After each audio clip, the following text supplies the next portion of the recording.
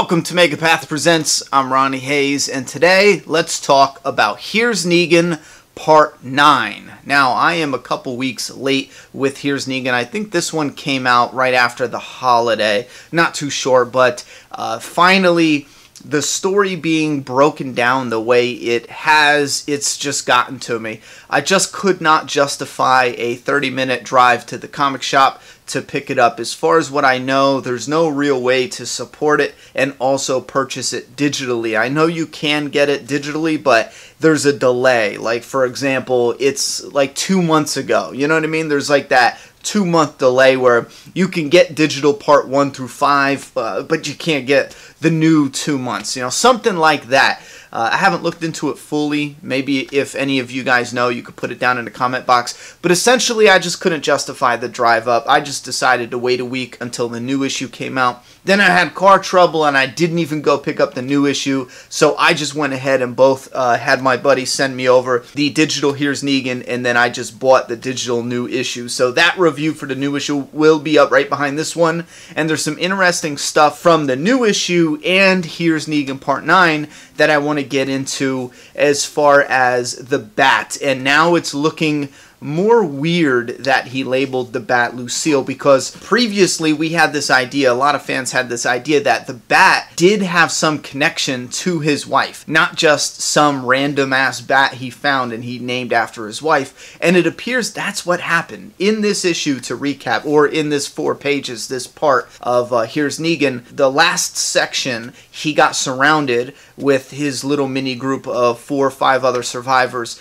With a bonfire, he was telling some bullshit joke or something, and then they were being surrounded, and that's the cliffhanger. In this issue, all that happens, everyone around him dies, and he picks up the bat to use the bat to kill the walkers. Then he goes to drop the bat and walk away, and he looks over his shoulder, picks up the bat, and he brings the bat with him. He has this little smirk. Now, if you look at that, and you look at the newer issues in the world of The Walking Dead where he has broken the bat and now he's mourning the bat. And he even makes this joke I like about how he's sorry for naming a stupid baseball bat after her. Before, when we thought this bat had some sort of sentimental connection between him and his wife, it made more sense. Now it's odd. This is a group of strangers he ran into. His wife's been dead for, I don't know, a few hours at this point, maybe a day or so. And then he just runs into these strangers with this bat. And there's no connection to his wife, which leads me to believe that in the next issue or two, I keep saying issue, but I mean in the next installment or two with Here's Negan, because again, it's broken down into 4 pages each time. But I feel like we're going to get a Castaway type storyline. We already see that he keeps going around people that get killed, and we have been wondering if that's the buildup of the Saviors, where he gets it finally, strength in numbers, and it feels like they're going in that direction. But what if he's alone for a good chunk of time, and he starts just losing his shit a little bit, getting lonely, going a little nuts, not like certifiably crazy, you know, but think of Castaway with the volleyball. What if Robert Kirkman is doing something like that, maybe even paying homage? And I know it seems like a stretch, but think about it. We need a connection with Negan and this baseball bat. Some type of connection, since there's no sentimental connection with his wife. I mean, this wasn't a bat that he used to coach and they had at the house. Even such a small connection like that, there was nothing there. These are just some strangers with a bat, and he names it after his dead wife. But what if he's alone for a certain point of time and he wants to talk out? He misses his wife. He's in the mourning stages, and we might end up seeing that coming up in Here's Negan, where he does miss her so much to the point where he kind of, maybe jokingly at first, because again, I don't want him played off as being just certifiably crazy, but maybe he does get to that point where it's like a stress relief. It's like a vent for him to let out his frustrations talking to the bat, as if one talks to a tombstone or a gravesite. We see it in movies and TV, and it happens in real life all the time.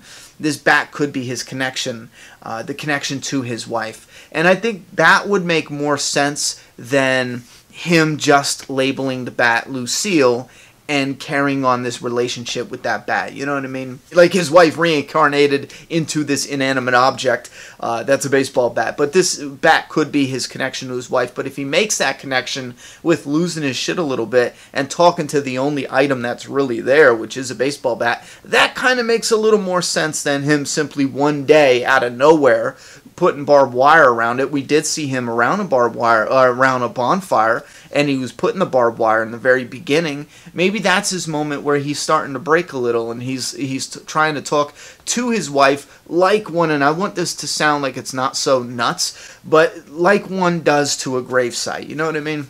In his stage of mourning, because we haven't really seen him mourn yet. So again, we didn't get a whole lot for Here's Negan Part 9, except for the people around him died, and I think this repetitive theme is a hint for what's coming. Strength in numbers. Negan is going to want to build up the group around him, keep everyone safe, build up the little community, and we will get to know that community later on as the saviors. Now, those are my thoughts and opinions on Here's Negan Part 9. I'm going to keep this short and sweet. We're going to jump over to the issue review for 162. After that, we have a spoiler-free review to probably one of the greatest zombie movies ever made, or at least a contender for one of the greatest zombie movies ever made. Train to Busan, I think it's called. If you haven't seen it yet, see it. And then check out my spoiler-free review, and then we will have a spoiler-filled review. More to come on that. The spoiler review will be a little bit later because I want to do a really detailed one. Anyway, thoughts and opinions about Here's Negan Part 9 down in that comment box. I'm done talking. It's your turn. Subscribe now.